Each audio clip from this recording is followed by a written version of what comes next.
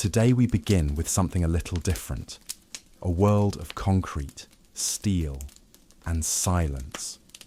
We're diving into what it's like to enter the world's most secure, most imposing, and most notorious prison. Forget the dramatic escapes and clever inmates Hollywood sold you. The truth is, you probably wouldn't last a single day. So, before you get too comfortable, take a moment to like the video and subscribe. It really does help the channel. And let me know in the comments where you're tuning in from and what time it is for you. Now, dim the lights, maybe turn on a fan for that soft background hum, and let's ease into our journey together. The darkness you are in is not a gentle darkness. It is thick, hot, and smells of old sweat, cheap disinfectant, and the metallic tang of fear. You are sitting on a hard metal bench, your wrists bound tightly behind your back, the plastic cuffs digging into your skin with every jolt of the vehicle. How long have you been in here? An hour? A day? Time has lost its meaning in this windowless steel box. The only rhythm is the lurch and sway of the transport, the groan of the engine, and the heavy, ragged breathing of the men packed in around you. There are dozens of you, a silent congregation of shirtless, tattooed bodies, all swaying to the same uncertain hymn of motion. No one speaks. The guards made that rule very clear before the doors were slammed shut, and the silence they enforce is heavier than any shackle. You try to piece together the journey, the pre-dawn raid, the confusing shouts, the rough hands forcing you down. It all feels like a fever dream now. You remember a brief glimpse of a pale, humid sky before being shoved into this rattling purgatory. The air is so thick you can almost chew it. You feel a drop of sweat trace a path from your temple down your jaw, but you can't wipe it away. You can only let it fall, a tiny, insignificant surrender. This is not the kind of shuttle service that offers complimentary water or a movie. The only in-flight entertainment is the frantic cinema of your own mind, replaying every bad decision that led you to this rumbling box. Suddenly, the grinding of the gears changes pitch. The vehicle slows, turning sharply, the bodies around you pressing in. A final lurch, and then nothing. The engine cuts out. The silence that follows is profound, absolute. It's a holding your breath kind of quiet, where every man in the transports is listening for the same thing, the sound of arrival. It comes as a deafening scrape of metal on metal as the locks on the rear doors are thrown. Light, blinding, brutal, white-hot light floods the space, forcing you to squint. It's not the gentle light of morning. It's the unforgiving glare of a midday sun in a place without mercy or shade. Silhouettes appear in the doorway, large, imposing figures clad in black, their faces obscured by balaclavas, their hands holding long black rifles. They don't look human. They look like instruments of order, extensions of the concrete and steel that surrounds them. Fuera! Ahora! The command is a bark, devoid of any emotion other than impatience. You are pulled, not guided, out of the transport. Your bare feet hit sun-baked gravel that bites into your soles. The heat is a physical blow. It radiates up from the ground, down from the sky, and seems to emanate from the very walls of the structure before you. And what a structure it is. It's not a building. It's a monument to hopelessness. A sprawling grey fortress of reinforced concrete rising from the flat, scorched earth of Tekaluca, El Salvador. This is the Terrorism Confinement Center, CECOT. They call it the prison at the end of the world, and looking at its endless, unscalable walls, you don't doubt it for a second. Its design is stark, brutally minimalist. You have a fleeting, absurd thought that some high-end architect would probably win an award for it, if the purpose wasn't to hermetically seal 40,000 souls from the rest of humanity. You are forced into a line with the others, your hands still cuffed behind you. You stand, head bowed as instructed, staring at the dusty ground. The only sounds are the crunch of boots on gravel and the clipped guttural commands of the guards. You can feel their eyes on you, even though you can't see them. You are one of 100, maybe more, new arrivals being processed today. A fresh delivery of human cargo. You risk a quick glance at the man next to you. His face is a canvas of ink, elaborate symbols marking his allegiance to a life that has now been permanently interrupted. His expression is a mask of stone, but his eyes betray a flicker of the same bewildered dread you feel churning in your own stomach. A guard with a clipboard and a pen moves down the line. He stops in front of each man, but he doesn't ask questions. He doesn't look at faces. He looks at a number tattooed crudely on the man's arm, or a scar, or some other identifying feature noted on his list. He is an auditor of broken lives, checking off inventory. He reaches you. You have no tattoos that matter, no distinguishing marks of the gangs this place was built for. You are an anomaly, perhaps, but the system has a place for you nonetheless. The guard scans his sheet. He doesn't ask your name. He doesn't care about the life you had, the family that might be wondering where you are, the person you used to be when you woke up in your own bed. That person effectively died when the transport doors were sealed. He finds your file. His finger stops on a line of text. He looks not at you, but through you, at the concrete wall far behind.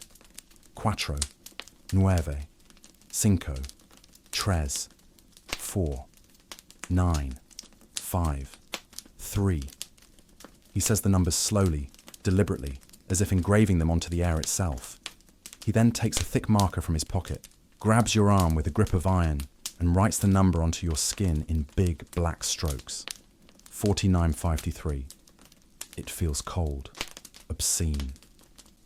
He moves to the next man without a second glance. That's it. No ceremony, no grand declaration. Just a few digits spoken into the suffocating heat. Your name, a word you have answered to your entire life, has been rendered obsolete. It's a relic of a former existence, as useless here as a house key or a photograph. This is the first and most important social custom of your new society. You are no longer a who, but a what. A number in a sequence.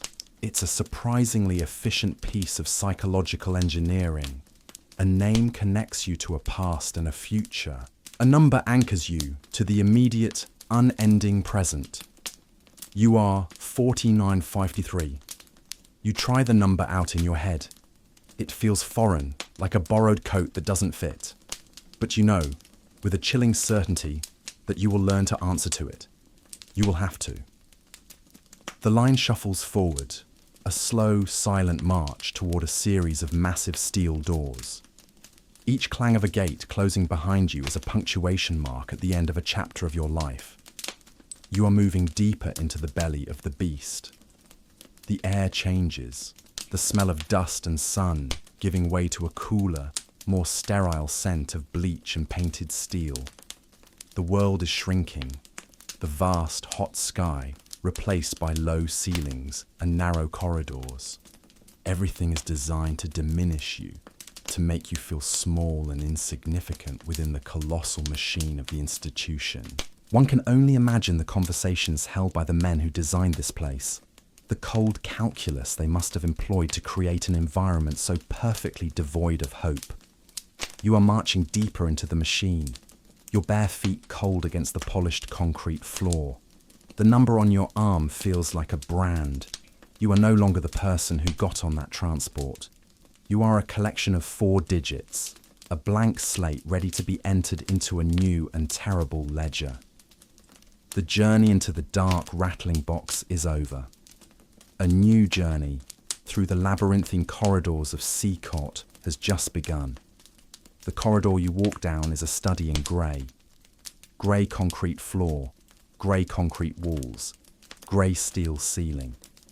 The only colour comes from the harsh, unwavering white of the fluorescent tubes humming above, casting long, distorted shadows that seem to cling to your heels like old ghosts. The air is cool, a stark contrast to the oppressive heat outside, and it carries the clean, sharp scent of bleach. It's the kind of sterile smell you'd associate with a hospital, but there is no sense of healing here, only of processing. You are pushed forward with the others, a silent, shuffling line of ghosts to be. The guards move with a terrifying economy of motion. There are no wasted steps, no idle chatter. Their presence is a constant, oppressive weight. Finally, the line halts before a pair of heavy, windowless steel doors. A guard unlocks them, and you are herded into a chamber that is even brighter and colder than the hallway. The room is vast, tiled from floor to ceiling in slick white ceramic. It gleams under the fluorescent lights, giving the space the feel of a giant industrial abattoir. The acoustics are sharp. Every shuffle of a foot, every nervous cough, echoes and magnifies. In the centre of the room are several wooden benches and a few chairs that look like they've been bolted to the floor. Armed guards line the walls, their masked faces impossible to read. They are statues in black, their only movement the slow sweep of their eyes across the new arrivals. "Ropa fuera!" The command rings out, bouncing off the tiled walls, clothes off. A moment of hesitation ripples through the line. It's the last thread of personal dignity, the thin layer of fabric that separates you from complete vulnerability. But hesitation is not tolerated here. A guard steps forward and makes an example of the man at the front, ripping the shorts from his body with a single, violent motion. The message is clear. There is no choice. You comply. Your own shorts, flimsy and worn, are already a relic from another lifetime. You pull them off and drop them onto a growing pile on the floor. The cold of the tiles seeps instantly into the soles of your feet. You stand there, naked, alongside dozens of other men, under the flat, indifferent gaze of your keepers. It's a calculated act of humiliation, designed to strip away more than just clothing. It erases rank, history, and identity, reducing everyone to the same vulnerable state. You force your eyes to the floor, focusing on a small crack in the tile, trying to make your world shrink to that single, tiny imperfection. You are no longer a man with a story. You are just a body, an object to be processed. The first station is the haircut. You're shoved toward one of the bolted chairs. The man operating the clippers is another inmate, his face a hardened mask of indifference. He's been here long enough to know that his own survival depends on his efficiency. He doesn't offer a look, a word, or a hint of recognition. You are just the next head in a long, unending line of heads. The clippers buzz to life, loud and angry in the echoing room. He grabs your head, his grip firm, and begins to mow. There is no care, no finesse. Chunks of your hair fall to the floor, littering the white tiles around your feet. You watch it fall, a strange sense of detachment washing over you. It's just hair, but it was your hair. It was a part of the person you used to be. The barber here isn't interested in giving you a fresh new look for the season. His job is to remove any trace of the world you came from. He works quickly, the metal teeth of the clippers scraping against your scalp. In less than a minute, it's over. He pushes you out of the chair, and another man is immediately pulled into it. You run a hand over your newly shorn head. The feeling is alien. Your skull feels exposed, vulnerable. You catch a distorted glimpse of yourself in the reflection of a polished steel panel on the wall. A stranger stares back at you. A pale, naked man with a ghostly, stubbled scalp and wide, haunted eyes. You look just like everyone else. The uniformity is the point. Next, you are moved to the back of the room, where several guards stand holding thick black hoses connected to spigots on the wall. This, you surmise, is the shower. Not quite the luxury spa treatment one might hope for. A guard points a nozzle at you, and without warning, a high-pressure jet of ice-cold water hits you in the chest. The shock of it steals your breath. It's not just water, it's laced with a harsh, stinging antiseptic that makes your eyes water and your skin prickle. You gasp, trying to turn away, but another guard grabs you, holding you in place. The jet methodically works its way over your body, a brutal form of baptism into this new life. It's not about getting clean. It's a chemical scouring, a way of washing off the last residue of the outside world, of treating you not as a person, but as a potential contaminant. You stand there shivering, water and chemicals dripping from your body onto the cold floor, as the guard moves on to the next man. Your skin is red and raw. The process is brutally efficient, an assembly line of human degradation. As you wait for the next instruction, a man in a white coat, though he wears the same black balaclava as the guards, approaches you. He is the medical examiner of a sort. He gives you a brief professional once-over. He checks your teeth, looks into your eyes with a small flashlight, and makes a few notes on a chart. He is not looking for signs of illness to treat you. He is logging your physical state, cataloguing the condition of the asset. It's a deeply impersonal interaction, another box being ticked on a long and terrifying checklist. Are you fit for incarceration? The nod he gives to a nearby guard confirms that you are. Finally, the ordeal seems to be nearing its end. You are directed to a counter where a guard stands behind a pile of neatly folded white cloth. He doesn't look at you. He simply grabs one item from the pile and tosses it at you. It's a pair of shorts, simple, thin, cotton shorts, bleached to a brilliant, almost luminous white. There is no shirt, no shoes, no socks. This is your entire wardrobe. Your new skin. You pull them on. The fabric is stiff and chafing against your cold, wet body. The stark whiteness feels like a cruel joke in this grey, hopeless place. You're a blank canvas now, scrubbed clean, shorn, and uniformly attired. You look around the room. 100 men, all naked moments ago, are now 100 identical figures in white shorts and shaved heads. The tattoos that cover their bodies are now the only thing that distinguishes one from another. And even those seem to fade into the background, part of the new, bleak aesthetic. The process is complete. You have been systematically unmade. Your name is gone. Your hair is gone. Your clothes are gone. Every external marker of your identity has been stripped away.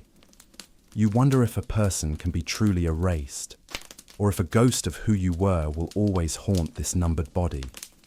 The man you were is a memory. The number written on your arm is your reality.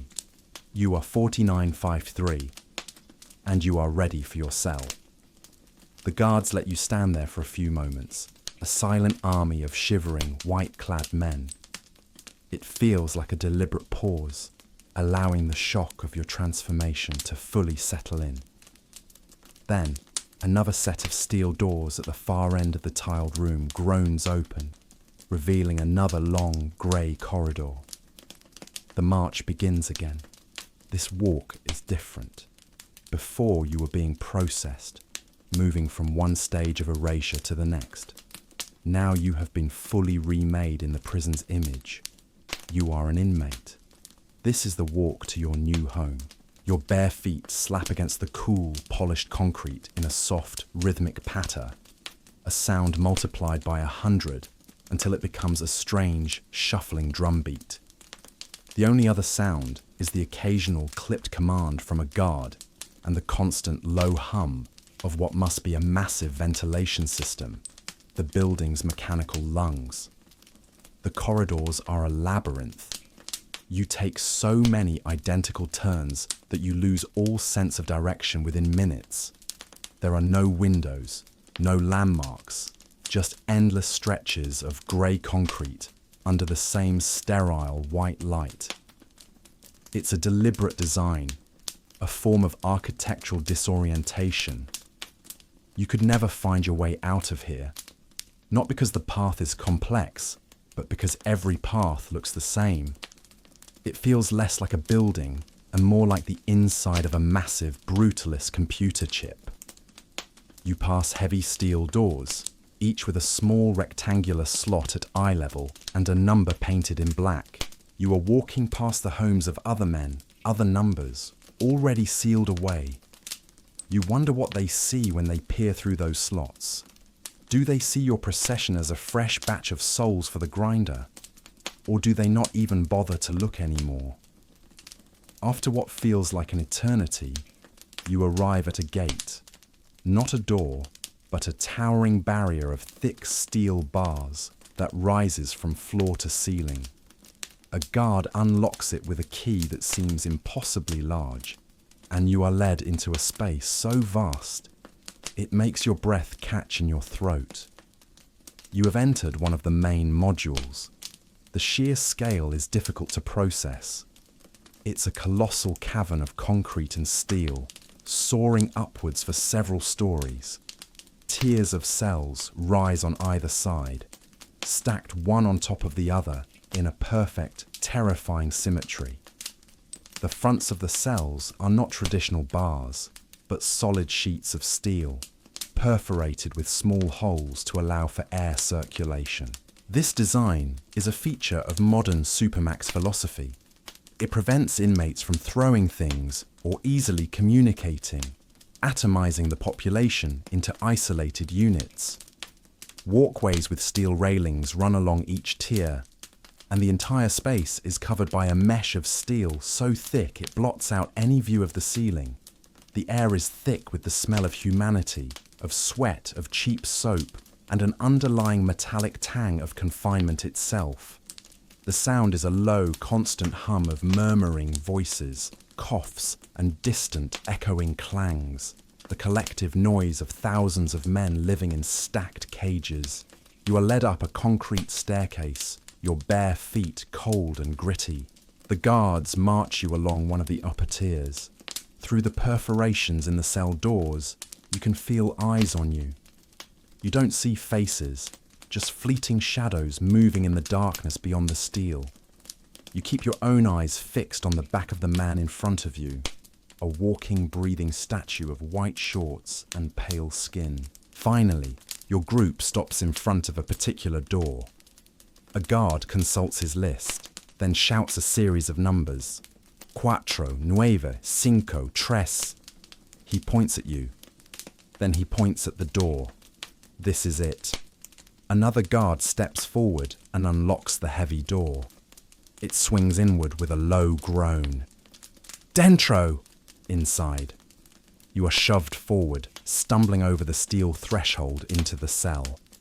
The door slams shut behind you with a deafening boom of solid steel hitting a solid steel frame, followed by the heavy, final thunk of the bolt being shot home. The sound echoes in your bones. It's the sound of a period at the end of a sentence. The end of your life as you knew it. For a moment, you just stand there, blinking, your eyes adjusting to the dimmer light. The cell is a long, narrow concrete box. There are no windows. The only light comes from a single, recessed light fixture in the ceiling, its fluorescent bulb humming behind a protective metal grille. The walls are bare, stained concrete. The furnishings, if you can call them that, consist of metal bunk beds stacked 3 high, welded together into large, immovable units that run the length of the room. There are no mattresses, no pillows, no blankets, just flat sheets of steel to sleep on. In the far corner, a single lidless stainless steel toilet and a small sink are bolted to the wall. offering absolutely no privacy. The interior designer was clearly going for a look you might call post-apocalyptic minimalist. But the most overwhelming feature of the cell is not the architecture, it's the people.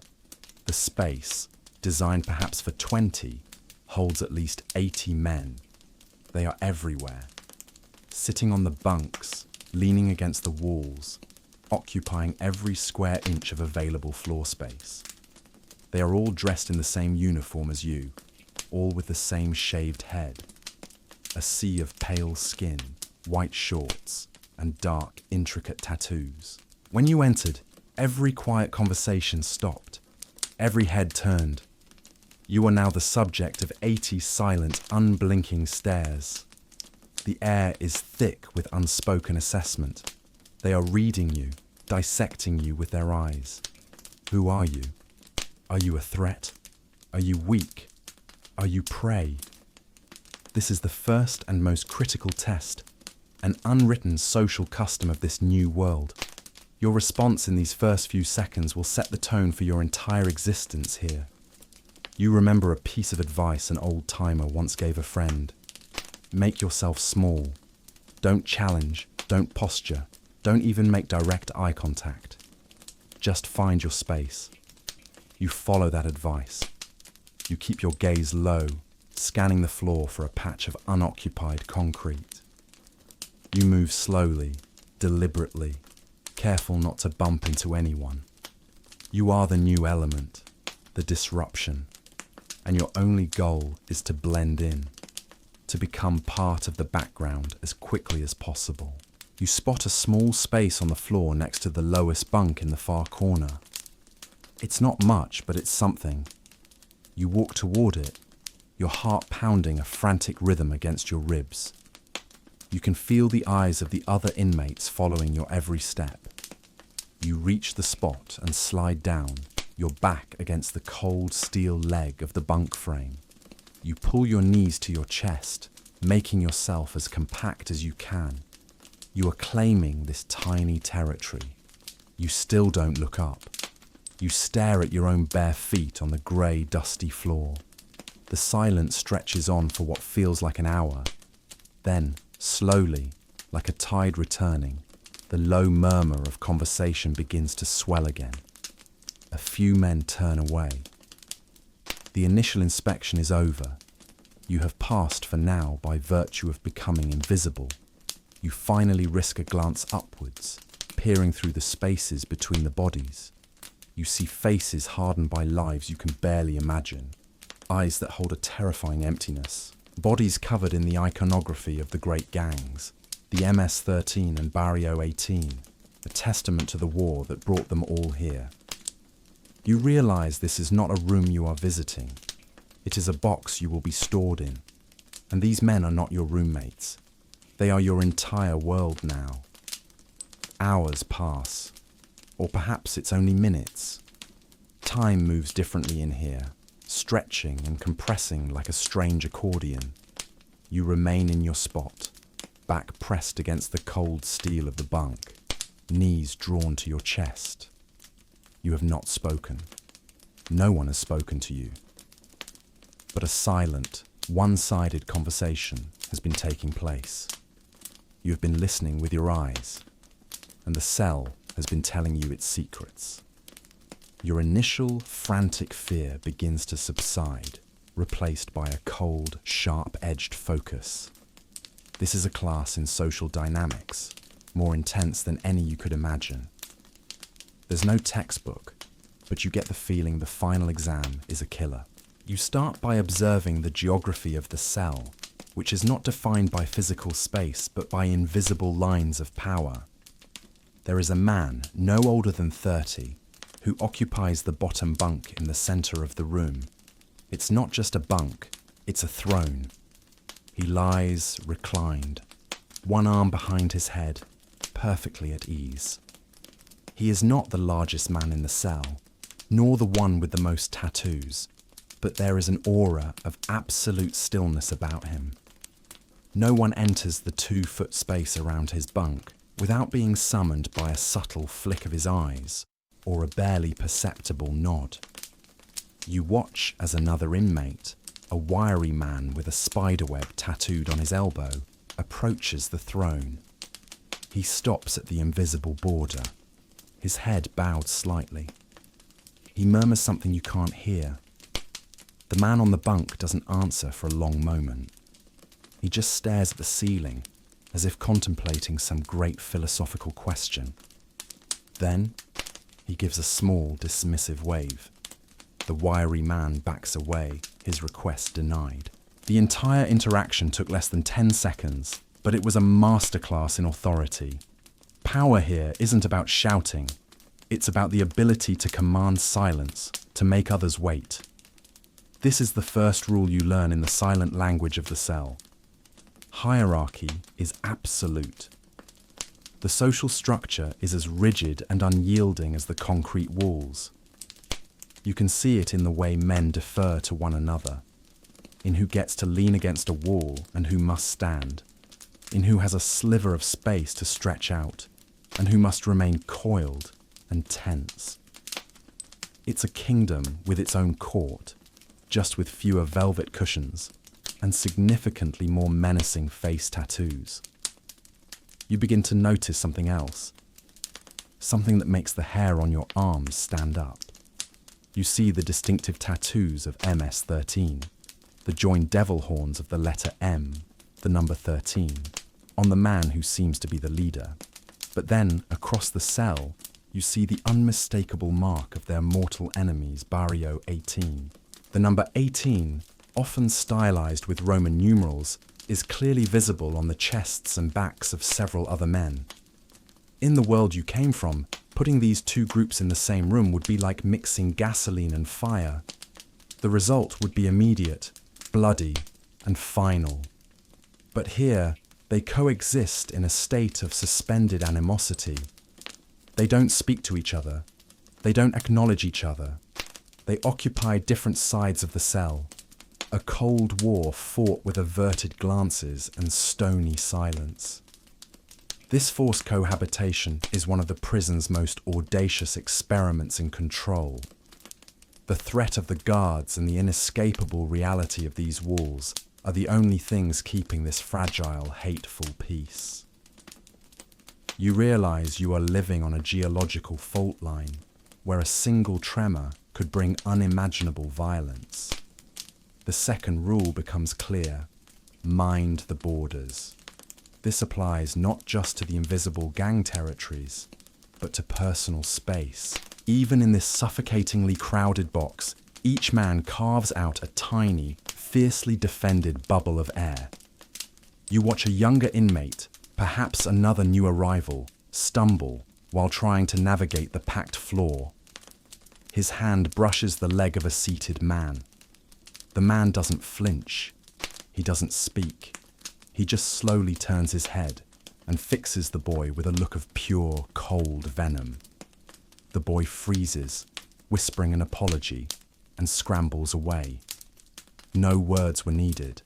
A clear boundary was crossed, and a clear warning was issued. You make a mental map of these invisible bubbles, learning the safe pathways through the human labyrinth. Then there's the issue of the toilet. The single stainless steel fixture in the corner is the cell's most fraught location. There is no privacy, no door, no dignity. Yet a strange and delicate etiquette has evolved around it. A man who needs to use it simply stands near it, his back to the rest of the cell, waiting. He is announcing his intention. The men closest to him will subtly shift their bodies, turning slightly away, granting a phantom privacy that doesn't actually exist. It's a small collective fiction they all agree to maintain, a fragile thread of civility in a place that has none. It's a reminder that even here, there are customs, rituals that separate them from being mere animals in a cage. You learn to ration your own movements. You sit, you breathe, you watch. Your world has shrunk to the size of this room. The concrete floor is cold, and the chill is beginning to seep deep into your bones. The air is a foul cocktail of stale sweat, unwashed feet, and the faint, acrid smell of the toilet.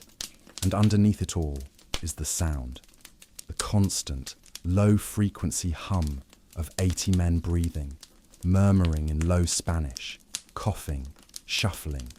It's the sound of a hive, a sound you suspect will soon become the permanent soundtrack to your life. You are an outsider, a ghost. The others seem to look through you now. Your successful performance of invisibility has worked. You are part of the scenery, but you feel a profound, crushing loneliness that is different from simple isolation.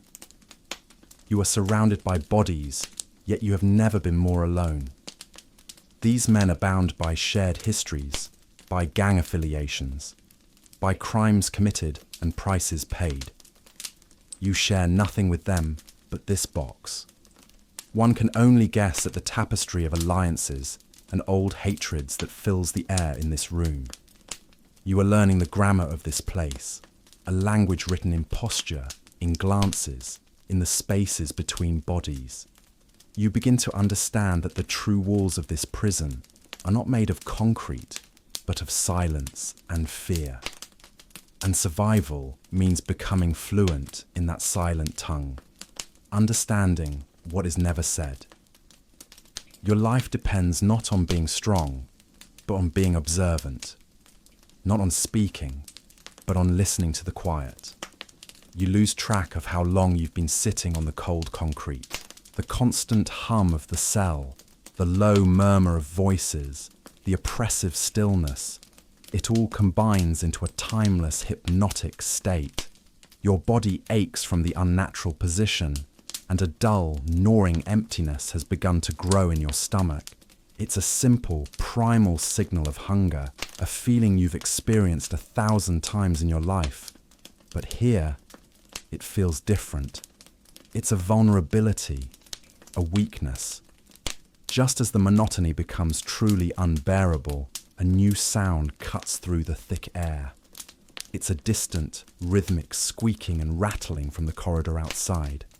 The sound grows steadily louder, accompanied by the heavy tread of boots. Every man in the cell seems to notice it at the same time. Conversations die down. Heads turn toward the solid steel door. A current of anticipation, or perhaps just a change in the emotional atmosphere, ripples through the room. This is the sound of routine. This is the sound of food. A loud metallic clang echoes through the cell as a small, rectangular slot in the middle of the door is slid open from the outside. A pair of hands in black tactical gloves appears in the opening. The hands place a stack of dark green plastic trays just inside the slot. Then they are gone. What happens next is not a chaotic scramble. It is a well-oiled, silent ritual. One of the men from the leader's inner circle, a broad-shouldered man with the number 18 tattooed on his neck, approaches the door.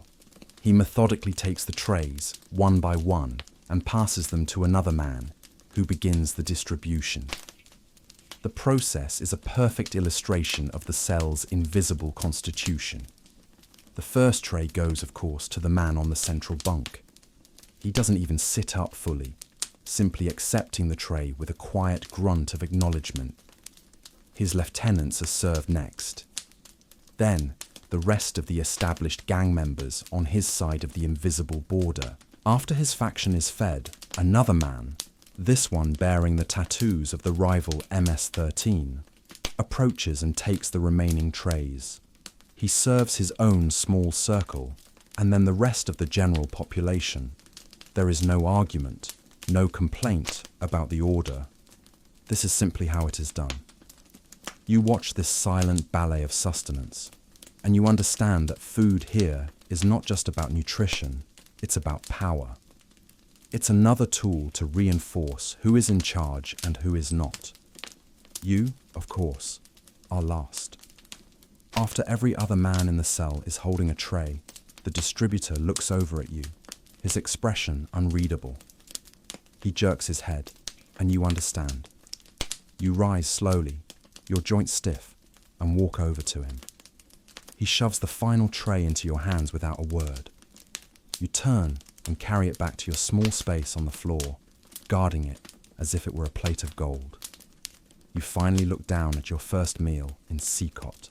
The prison chef, it is clear, will not be collecting any Michelin stars. The tray is a single piece of molded plastic with shallow depressions. In the largest compartment is a mound of white rice, boiled to a sticky, gelatinous paste. Next to it sits a scoop of black beans, watery and pale.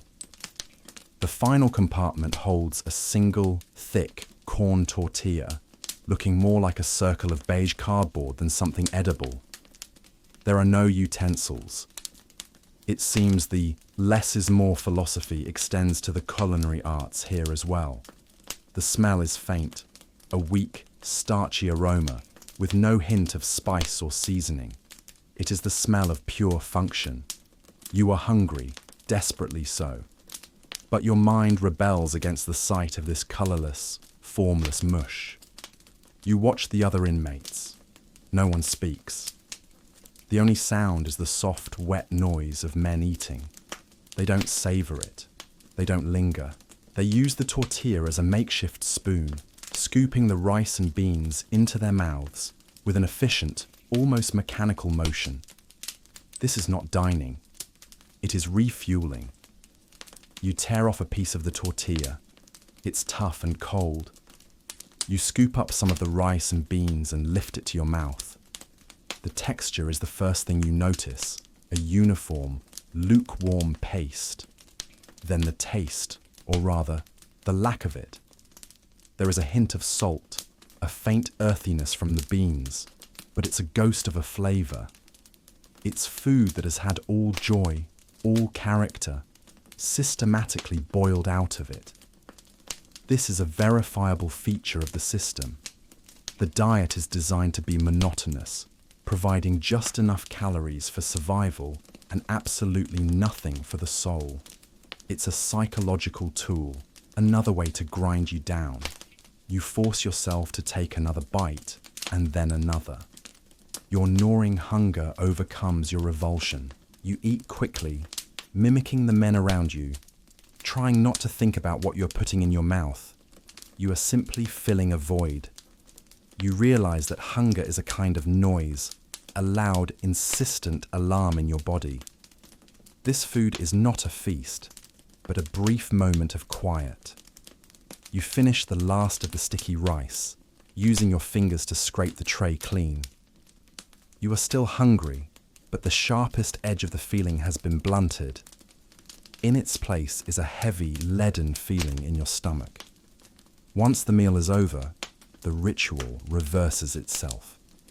The broad-shouldered man collects the trays in the same hierarchical order, stacking them neatly. He shoves them back through the slot in the door. It slams shut with another deafening clang. The entire event, from the first squeak of the cart to the final clang of the slot, took no more than 15 minutes. The low murmur of conversation slowly returns, but the energy in the cell has changed. The brief reprieve is over. The reality of the place settles back in, perhaps even heavier than before. That simple, terrible meal was a powerful statement. It told you that your comfort, your pleasure, your preferences are all irrelevant. You are a biological machine, and the state will provide just enough fuel to keep you running, nothing more. You settle back into your spot on the floor, the bland, starchy aftertaste coating your tongue. The meal is over, but a deeper, more profound hunger has just begun to awaken. After the meal, a thick lethargy descends upon the cell. The brief spike of energy from the food quickly fades, leaving behind a dull, heavy quiet. Men lie on their steel bunks or sit slumped against the walls, lost in a state that seems to be halfway between sleep and despair. You return to your small patch of floor, the temporary silence in your stomach now replaced by the loud, unending noise of your own thoughts. You close your eyes and try to picture a tree, a field, a cloud, but the image is fuzzy, indistinct.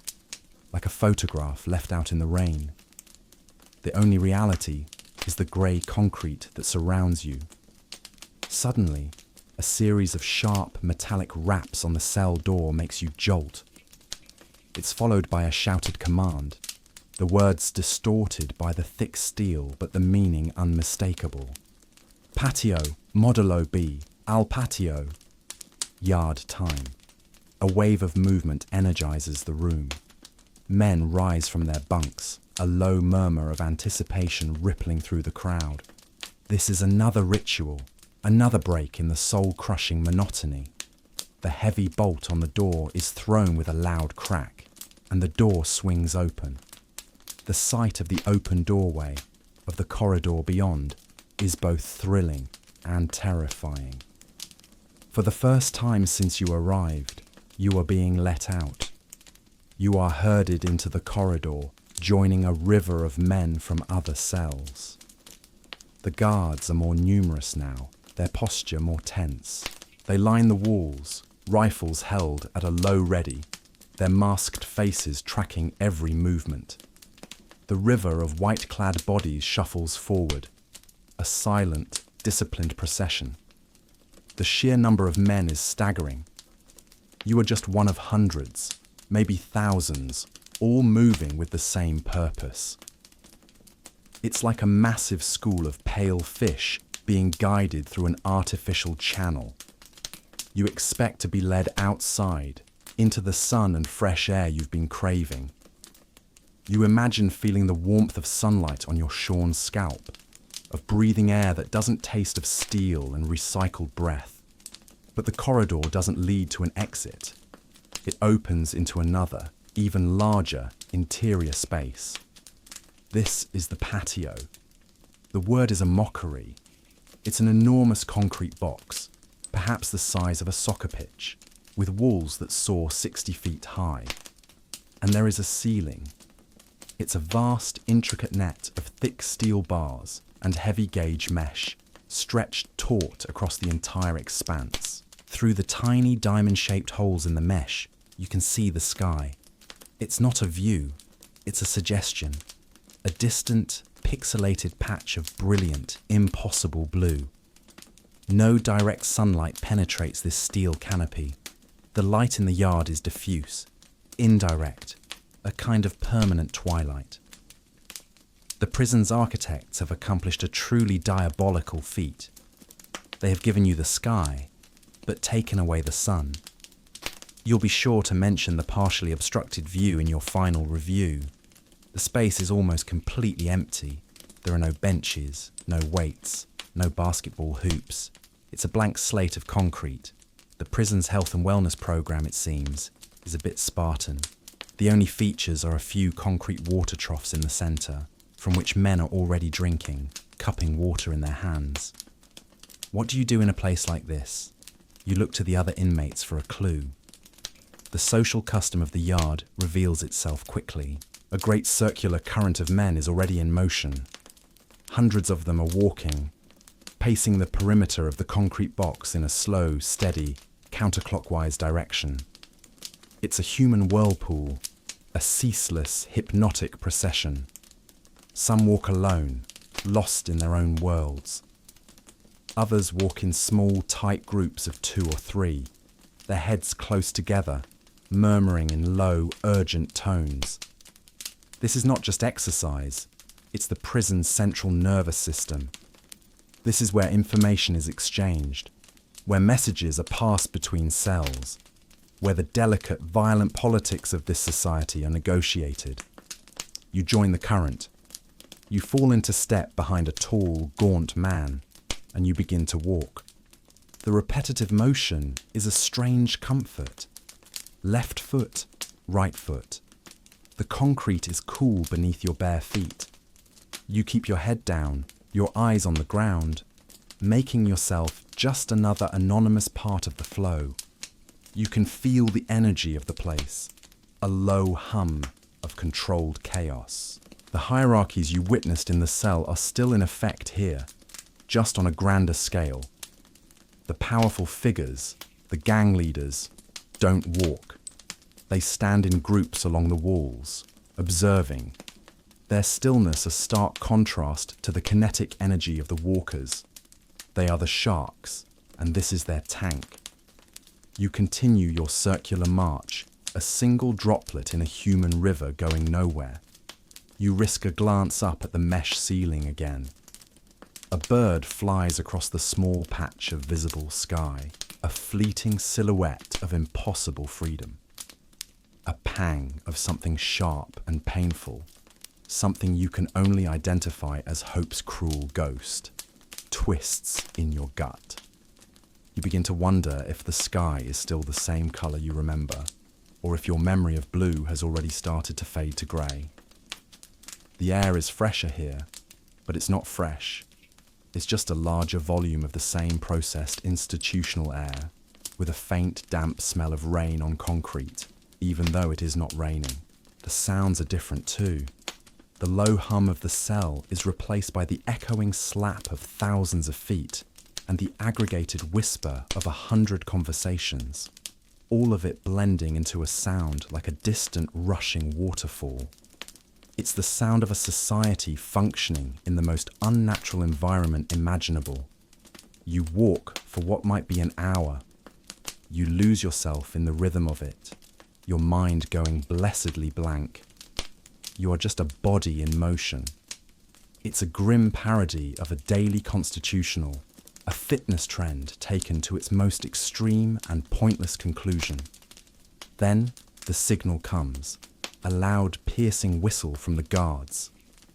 Yard time is over. The great river of men slows and breaks apart. The groups against the walls dissolve. The guards begin shouting, directing the flow of inmates back toward the corridors that lead to their respective modules. The brief illusion of open space is shattered. You are herded back the way you came, the press of bodies more urgent now. You file back into your module, up the stairs and along the walkway to your cell. A guard shoves you inside. You stumble back into the familiar crowded space. And then the door slams shut. The boom is even louder, more final than it was the first time.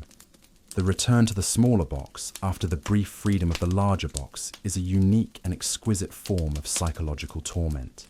The cell seems smaller, the air thicker, the walls closer. The memory of that small, meshed-over patch of blue sky is already starting to feel like a dream. The heavy slam of the cell door echoes for a long time in the sudden, thick silence. The brief trip to the sunless courtyard, which had felt like a small gasp of air, now serves only to make the cell feel impossibly small and suffocating. The 80 men shuffle back to their designated territories, bunks, walls, and patches of floor. The fragile energy of movement dissipates, leaving a vacuum that is quickly filled by the familiar oppressive lethargy. You settle back into your corner, the concrete still holding a faint chill. It's in this renewed stillness that you begin to notice the eyes. They are not the eyes of the other inmates. For the most part, the men here have learned to look through each other, to grant a kind of anonymity that is the closest they can get to privacy. No, these eyes are part of the architecture itself. They are built into the very structure of your cage. The first is the eye of the guard. You become aware of a subtle, recurring pattern. A flicker of shadow falls across the small, rectangular slot in the steel door. If you look quickly, you see it. A face, made monstrous and impersonal by a black balaclava pressed against the opening. Only the eyes are visible, and they sweep the room in a slow, methodical pan. The guard is taking a silent inventory, ensuring the human components of the machine are all in their proper places, functioning within acceptable parameters. The first time you see him, your body tenses. It's an involuntary, primal reaction to being watched. You see how the more experienced inmates react. They don't. They continue their quiet conversations or their vacant stares into space, giving no indication they are aware of the scrutiny. This is a performance, you realize, an act of calculated indifference. To react is to show that the surveillance is affecting you, which is a small victory for your keepers. The unspoken rule is to pretend the eye isn't there, to deny it the satisfaction of a response. The gaze lingers for 30 seconds, perhaps a minute, and then the shadow is gone. The silence he leaves behind feels different, heavier. You know he will be back. The intervals are random, unpredictable, which is the whole point. It keeps you in a state of constant, low-grade tension, never knowing when the eye will appear. But the guard's eye is temporary. The other eye is eternal. High in the corner of the cell, where the wall meets the ceiling, is a dark, smoked plastic dome. It's a surveillance camera, its lens hidden behind the convex curve. It is a silent, unblinking spider, perched in its web, observing everything. This is a verifiable hallmark of a place like CECOT. The entire facility is a technological panopticon, a network of cameras designed to ensure that every action, every gesture, is recorded and scrutinized. There is no escape from its gaze. You find yourself staring at it. Unlike the guard's eye, the camera offers no clue as to where it's looking. Is it looking at you right now? At the man sleeping on the top bunk? Is it recording the hushed conversation in the corner? Or is some unseen operator in a distant control room panning its gaze across the entire scene? The uncertainty is the key. Because you can never be sure you aren't being watched, you must assume you always are. You've become the unwilling star of the world's most depressing 24/7 reality show. You briefly wonder if you should try to find your good side, a thought so absurd it's almost funny. This constant, invisible pressure begins to change your behavior. You become acutely self-conscious. The simple act of stretching, of scratching your nose, of shifting your weight, feels like a public performance. You find yourself moderating your own movements, smoothing out any sudden gestures. You are internalizing the discipline. You are becoming your own guard.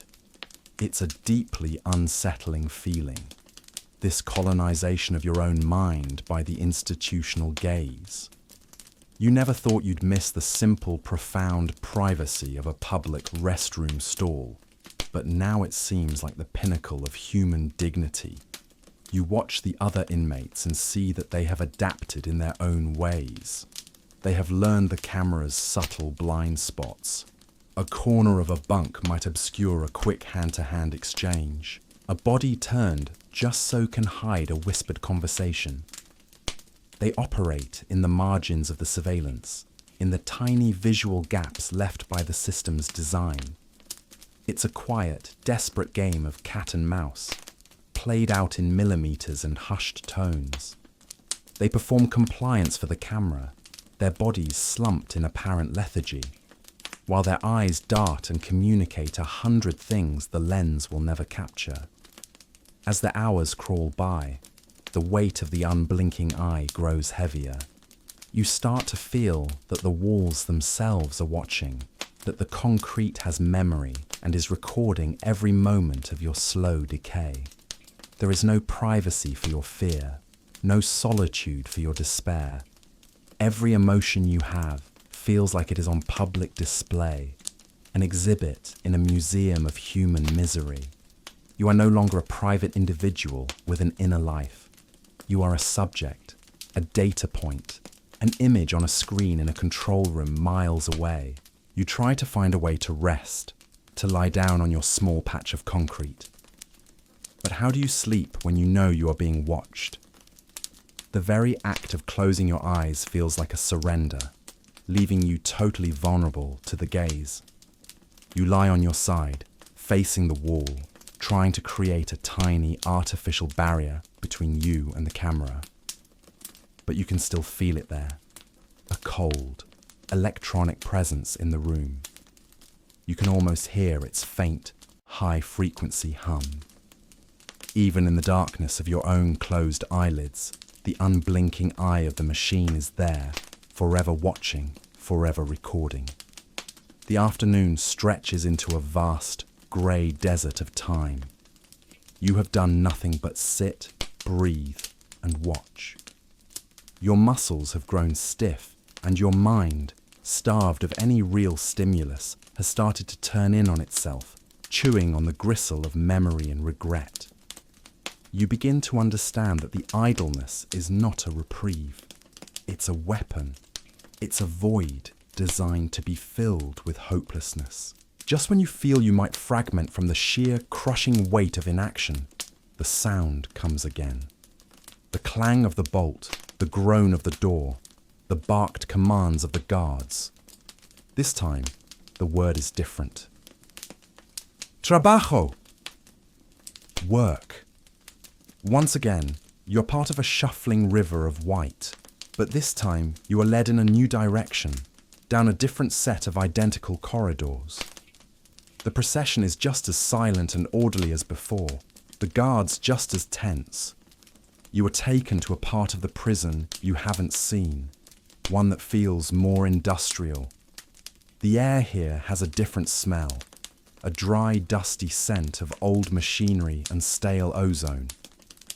You are halted in front of a massive hangar-like door which rolls open to reveal the workshop.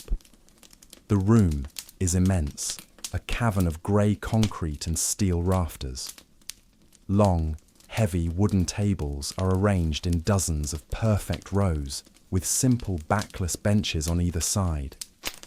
The space is flooded with the same harsh, shadowless fluorescent light as everywhere else, reflecting off the polished concrete floor. At the front of the room, massive bins are piled high with what looks like electronic junk.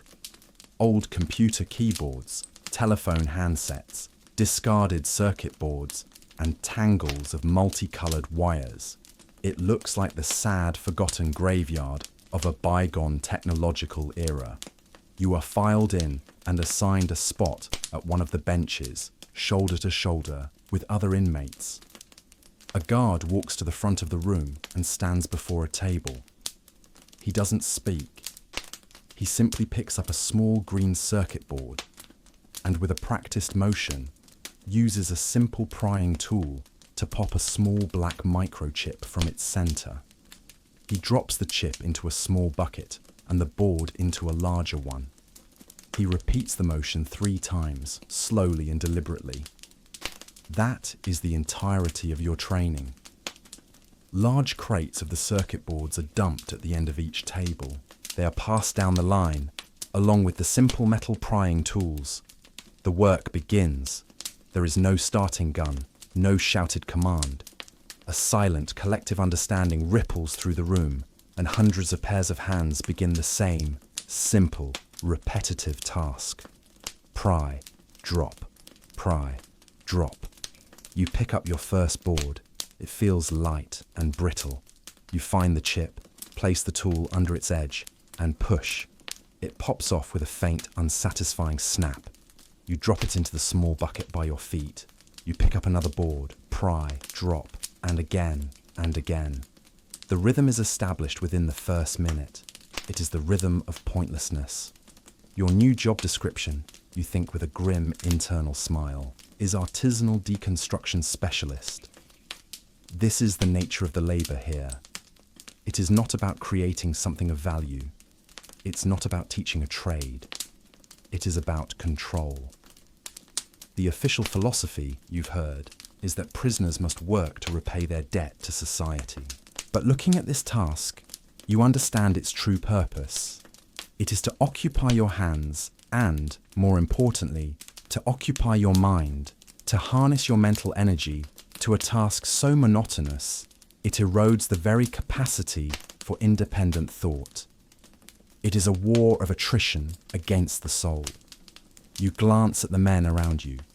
Their faces are blank masks of concentration. Their hands move with a fluid, practiced economy that speaks of endless hours spent doing this exact thing. They have achieved a state of detached automation.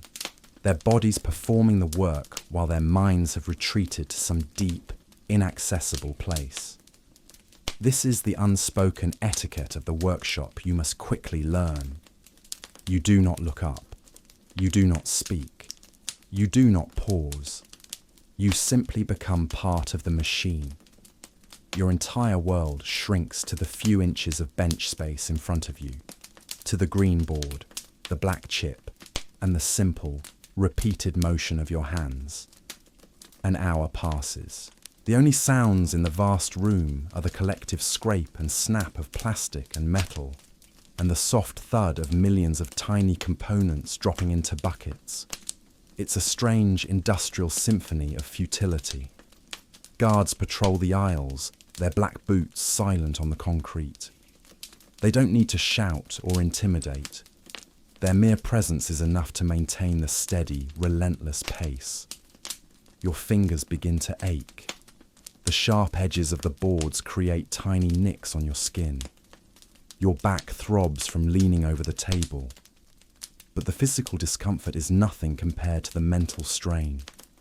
Your mind rebels against the sheer, grinding monotony. It tries to wander, to think, to remember, but the demands of the task, simple as they are, keep pulling it back. Pry, drop. Your focus is a leash, and the work is a heavy post you are tethered to. You wonder if it's possible to forget how to think, to have your mind worn smooth like a stone in a river by the endless repetitive current of the work. You fall into a trance. Board, tool, pry, drop. The world outside the task ceases to exist. There is no cell, no guards, no past, no future. There is only the endless supply of circuit boards sliding into your workspace. You are no longer a person, you are a function. A pair of hands in a long line of hands, disassembling the artifacts of a world you can no longer participate in. It's a strange and bitter irony. You've finally found a job with no meetings and no emails, but the trade-off seems a bit steep. After what feels like a lifetime, a loud buzzer sounds, echoing through the cavernous space. As one, every inmate puts down their tool. The motion stops. The silence that follows is jarring, profound. The work is done for today. You look down at your hands. They are grimy and sore. You look at the small bucket by your feet. It is half full of tiny, useless black squares. This is the product of your afternoon. This is the sum total of your effort. A bucket of meaningless plastic. You feel no sense of accomplishment, only a deep, hollow exhaustion. You have been used, your time and energy consumed, and you have nothing to show for it but a mind that feels numb and empty. The hours after the work detail are a strange, muted affair. Your hands throb with a dull ache, and your mind is a barren landscape, scoured clean by the relentless monotony of your task. The evening meal arrives and is consumed with the same silent, joyless efficiency as the first. A kind of twilight descends on the cell, a state of low-energy existence where the men prepare for the long, unbroken darkness of the night. You are curled in your corner, trying to find a position on the hard concrete that doesn't send a jolt of pain through your hips or back. You've almost drifted into a light, uneasy sleep, when a sharp, loud clang from the door makes your eyes snap open. It's the food slot, but it's not mealtime. A guard's voice, amplified and distorted by the small opening, barks a number into the cell. 4, 9, 5, 3. Your number. A cold, electric shock runs through you. In a place where anonymity is survival, being singled out is the most terrifying thing imaginable. The 80 men in the cell fall silent. Every eye turns to you. This is a different kind of attention than when you first arrived. It's not curiosity. It's a mixture of pity and morbid speculation. To be summoned is never a good thing. The bolt on the main door cracks open. 2 guards stand in the doorway. their black-clad forms silhouetted against the brighter light of the corridor. One of them points directly at you. Vamos! Let's go! You untangle your stiff limbs and rise to your feet. Your legs feel unsteady. You walk the long gauntlet through the silent, staring inmates, your heart hammering against your ribs. You step out into the corridor, and the steel door slams shut behind you, cutting you off from the strange, oppressive safety of your cell. The walk is the loneliest you have ever taken. One guard walks in front of you, one behind. Their footsteps are heavy and measured, a grim percussion marking your journey. The endless grey corridors seem darker, narrower. Every intersecting hallway looks like a mouth, ready to swallow you. You have no idea where you are going or why. Your mind races, creating 1,000 terrible scenarios. They lead you to a section of the prison you haven't seen, one that feels administrative, colder. They stop in front of a plain steel door, indistinguishable from all the others. One guard unlocks it and gestures for you to enter. You step inside, and the door is closed behind you, though you don't hear the lock turn. The room is a perfect cube of grey concrete. It's small, cold, and utterly featureless, except for a thin steel table bolted to the centre of the floor, with two simple steel chairs on opposite sides. The only light comes from a single bare bulb in the ceiling, protected by a wire cage. It casts a harsh, clinical glare on everything, leaving no shadows to hide in. The air is frigid and smells faintly of bleach and stale paper. A man is already seated at the table. He is not in a guard's uniform. He wears a simple grey button-down shirt and dark trousers. He is middle-aged, with thinning hair and a tired, bureaucratic expression. He looks like an accountant or a low-level office manager. A thin manila file rests on the table in front of him. He doesn't look up when you enter. He gestures to the empty chair. You sit. The steel is painfully cold against your skin. You place your hands on the table, and then, feeling that is too bold, you pull them back into your lap. You are now a participant in the world's worst job interview. The man opens the file. He spends a full minute reading, the only sound the soft rustle of paper. The silence is a physical presence, a tool he is using to unnerve you.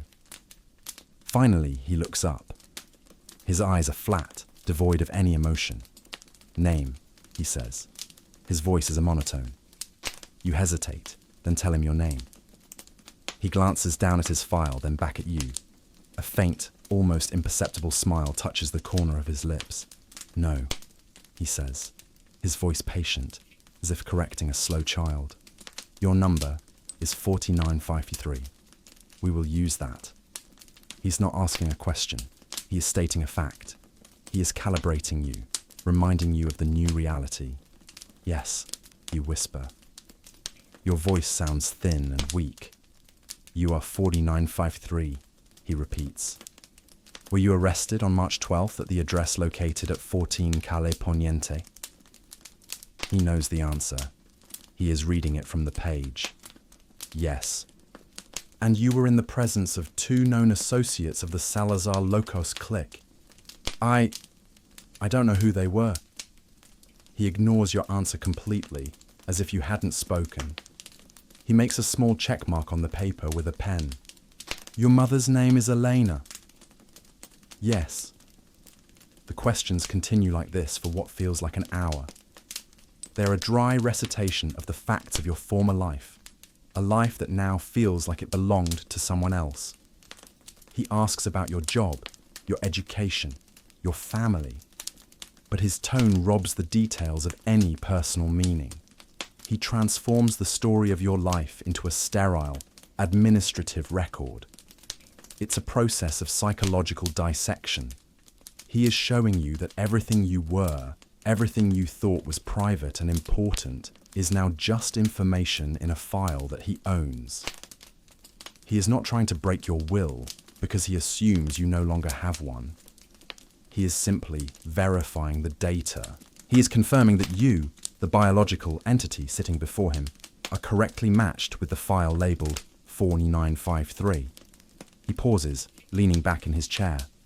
He stares at you, his gaze steady, analytical. Do you know why you are here? 4953. No, you say honestly. You are here because you are a threat to the peace and security of the Republic. You are a cancer. We are the cure. Do you understand? You nod, not trusting your voice. Here, you will not cause any more trouble. You will follow the rules. You will work. You will obey. There is no other option for you. This is not a place for rehabilitation. This is a place for storage. You are a box, and we are putting you on a shelf for a very, very long time. His words are not spoken with anger or malice. He delivers them with the flat, passionless finality of a doctor giving a terminal diagnosis. This is your reality now. There is no appeal. He closes the file. The sound is sharp, definitive. We are done. He stands up and walks to the door without looking back at you. He opens it and speaks to the guards. You are pulled to your feet and escorted back into the corridor. The walk back to the cell is a blur. Your mind is reeling, not from a threat of violence, but from the cold, bureaucratic certainty of your own erasure. The cell door opens. You are pushed inside. The door slams shut. The eyes of the other inmates are on you again, but you don't see them. You stumble back to your corner and collapse onto the concrete. You have been weighed, measured, and filed away. The conversation is over. You don't know how long you lie there on the concrete, the interrogator's words replaying in your mind. This is a place for storage. You are a box, and we are putting you on a shelf. The cold finality of it has seeped into your bones, a chill that has nothing to do with the temperature of the floor. The other inmates leave you alone, a silent, unspoken courtesy granted to a man who has just returned from a private audience with the machine. The routine of the evening continues without you. The low murmur of conversation, the quiet shifting of bodies. Then, a new sound cuts through the module, a loud, industrial buzz, like a transformer shorting out. It lasts for 3 seconds, and then it's gone. Immediately, the harsh white fluorescent lights in the cell blink out. The effect is instantaneous and profound. Your world, already small, shrinks to the size of your own body. But it is not total darkness. A low-wattage, orange-coloured security lamp, high on the wall outside the cell, casts a dim, sickly glow through the perforated steel of the door. It paints the room in a hellish twilight, creating long, distorted shadows that writhe and dance with every small movement. This perpetual gloom is a feature, not a bug, in the system's design. Enough light for the cameras to see, but not enough for the inmates to feel any sense of peace or privacy. With the loss of sight as your primary sense, your hearing sharpens, becoming exquisitely, painfully acute. The ambient hum of the module, which was background noise before, now comes to the forefront, and underneath it, 1,000 other sounds begin to emerge. The night in CECOT is not silent. It is a symphony, and you must learn to read the score. The first movement is the sound of the cell itself. 80 men breathing in a confined space. It's a soft rhythmic chorus of inhalations and exhalations, a constant reminder of the sheer density of life packed into this box. You hear the rustle of bodies turning on the hard steel bunks, the soft scrape of skin against metal. A man near you coughs, a deep, rattling sound that seems to tear through the quiet, a wet and ugly noise that speaks of sickness left untreated. Another man, on a top bunk, mutters in his sleep. Fragmented words from a dream of a life that no longer exists.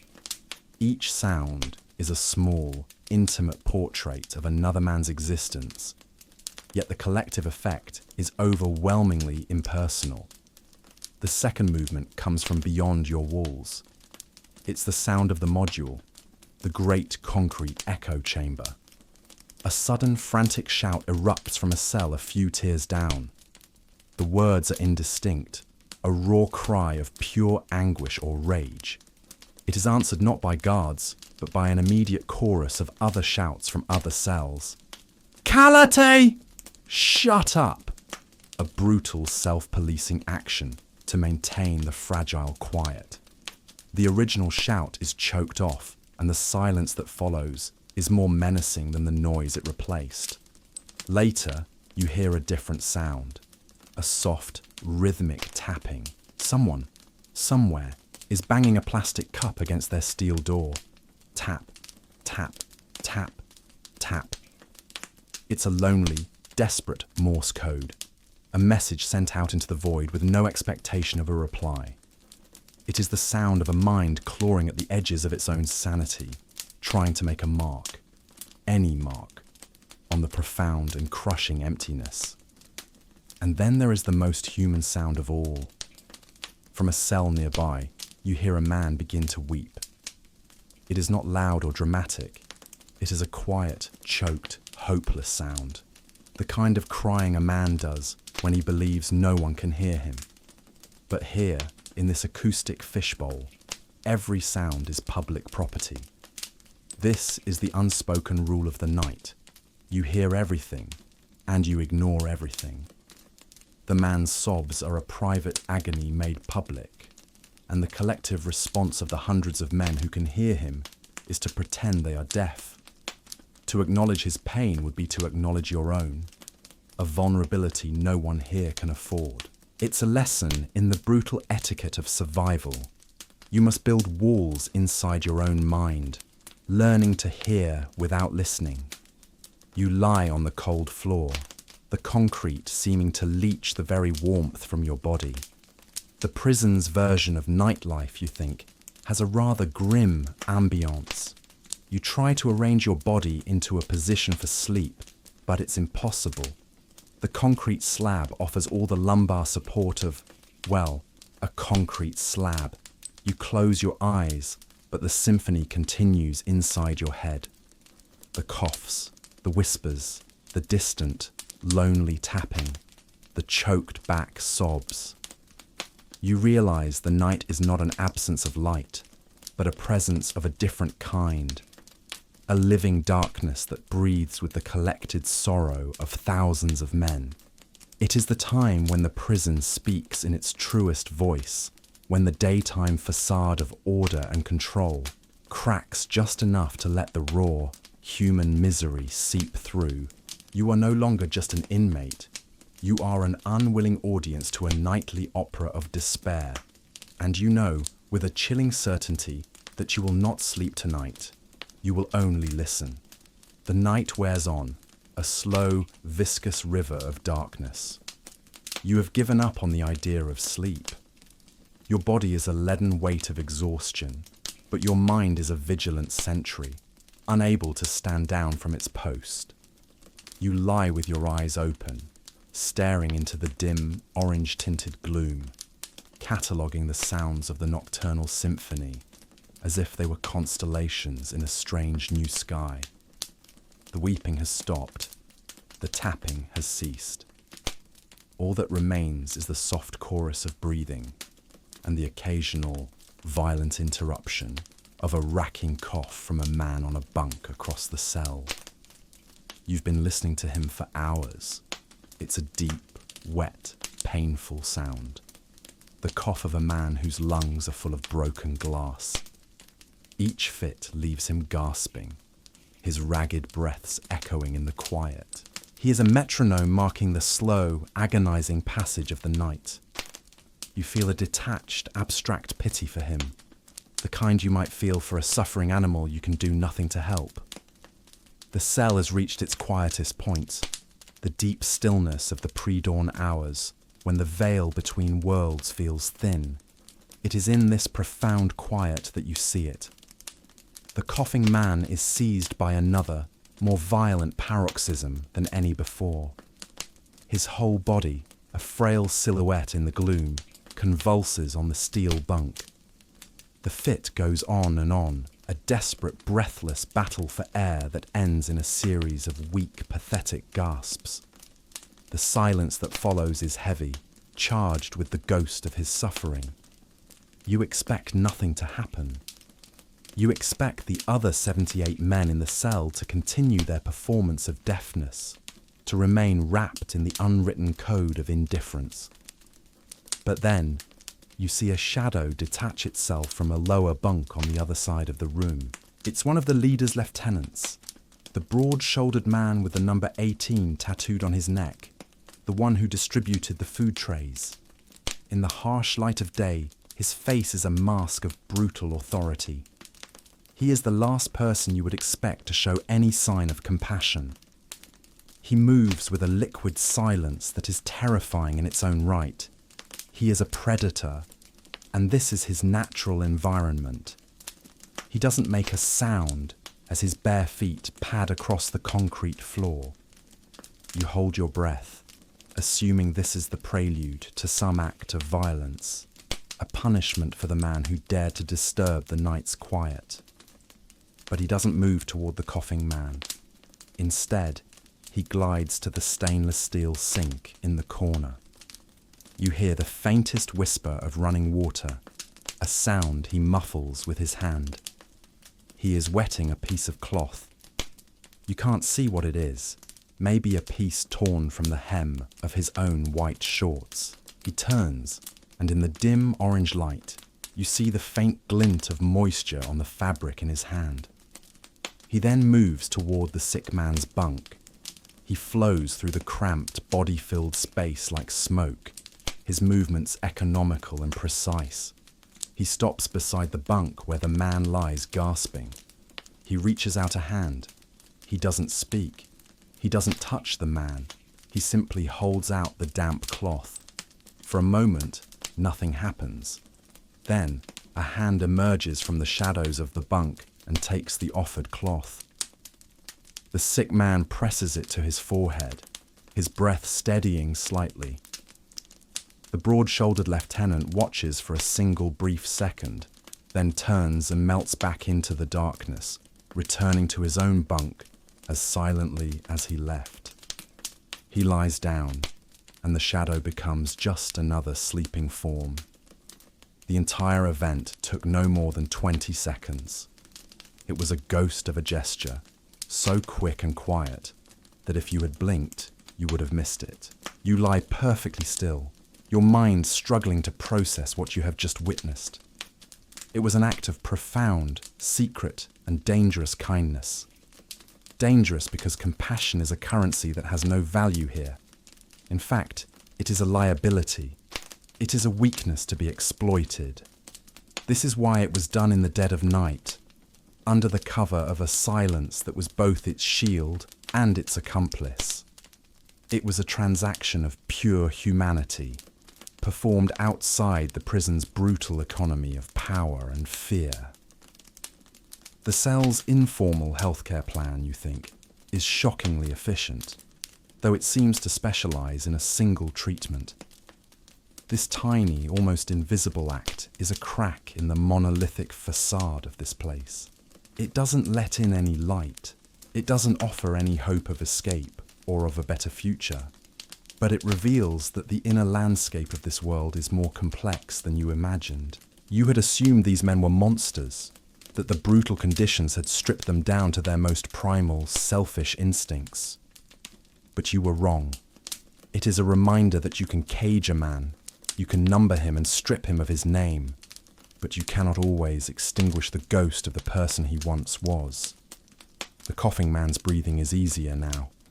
The rhythmic rasp is still there, but the desperate gasping edge is gone. The small damp cloth was not a cure, but it was a comfort. It was an acknowledgement. It was a message, passed in secret from one suffering soul to another that said, I see you. You are not entirely alone. You lie awake in the thinning darkness, the image of that silent, selfless gesture burned into your mind. The prison is still a place of profound and unrelenting misery. Your own situation is just as hopeless as it was a minute ago. But something has changed. The crushing, absolute certainty of the place's evil has been complicated. You are not in a box filled with monsters. You are in a box filled with men. And that, you realize, is a far more terrifying and perhaps a far more beautiful thing. The darkness of the pre-dawn hours holds its breath. The moment of secret kindness you witnessed hangs in the air, a single, fragile note in the overwhelming silence. You have been awake for so long that the world has taken on a dreamlike, hyper-real quality. You are floating in the grey ocean of the night, a ghost among ghosts. When the day arrives, it does not arrive gently. There is no slow, graceful lightening of the sky, no chorus of morning birds. Dawn in CECOT is a form of assault, a loud, jarring buzzer, the sound of 1,000 angry hornets, shrieks through the module for 3 deafening seconds. In the exact same instant, the main fluorescent lights snap on. The change is violent. You are plunged from a world of soft orange shadows into a blast of flat, sterile, unforgiving white light. It's like a flashbulb going off inside your skull. You flinch, throwing an arm over your eyes. The light is a physical blow, and it feels designed to shock the system, to deny even a moment of gentle transition between the night's vulnerability and the day's harsh reality. The prison's wake-up call, you think, is less soothing nature sounds and more impending industrial catastrophe. Around you, the cell groans to life. Men stir on their steel bunks, shielding their eyes, their faces etched with a deep, communal weariness. There is no chatter, no good morning. There is only the sound of shuffling feet, of stiff bodies stretching, of a collective, unspoken sigh as the great grinding machine of the daily routine restarts. The night, with its secrets and its strange, sad symphony, is over. The day, with its rigid, monotonous schedule, has begun. A line forms almost instantly for the toilet and sink. It's another silent, orderly ritual. The unspoken custom is one of efficiency and averted eyes. Each man takes his turn, splashes the shockingly cold water on his face, runs his wet hands over his shorn head, and steps away. It is a small, pathetic attempt to wash away the grime of the night, to prepare a clean slate for a day that will only cover it in more grime. You wait your turn. When you finally reach the sink, you look at your own reflection for the first time in what feels like a lifetime. The stainless steel is dull and scratched, distorting your features. A stranger looks back at you. His face is pale and gaunt, his shaved head making his ears and eyes seem too large. There are dark, hollowed-out circles under his eyes. He looks like a man who has been hollowed out from the inside. You splash the cold water on your face. It's a shock, but a welcome one. It's a real sensation, a pinprick of undeniable reality in a world that feels increasingly like a nightmare. As you step away from the sink, a thought crystallizes in your mind with a terrible, simple clarity. You have been here for 24 hours, a full day. You have survived the intake, the cell, the food, the yard, the work, the interrogation, the long dark night. You have completed the introductory trial, and you've decided, with grim certainty, that you will not be renewing your subscription. But there is no relief in this milestone. The terror of the first 24 hours was the terror of the unknown. The terror that begins now is the terror of the known. Yesterday, this was a shocking, surreal ordeal. Today, as you watch the men around you fall into their familiar positions, as you hear the first, distant rattle of the morning food cart in the corridor, it is becoming routine. The human mind's capacity for adaptation, its ability to normalize the horrific, is perhaps the cruelest trick of all. Hope, you realize, is not the belief that you will escape, but the far more dangerous belief that you can get used to this. You look across the cell in the harsh, white light. You see the man who was coughing all night. He looks exhausted, but he is alive. You see the broad-shouldered lieutenant who helped him. His face is a mask of indifference, revealing nothing of his nocturnal secret. The day has erased it. The rules are different now. The sound of the food cart grows louder. It is the exact same sound you heard yesterday, the same squeaking wheel, the same clatter of plastic trays. The cycle is beginning again, precisely as it did before. And it will begin again tomorrow, and the day after that, and the day after that. The first dawn you have witnessed in this prison is also the last dawn of the life you once knew. Every sunrise from now on will not be a new day, but a reset of the same one.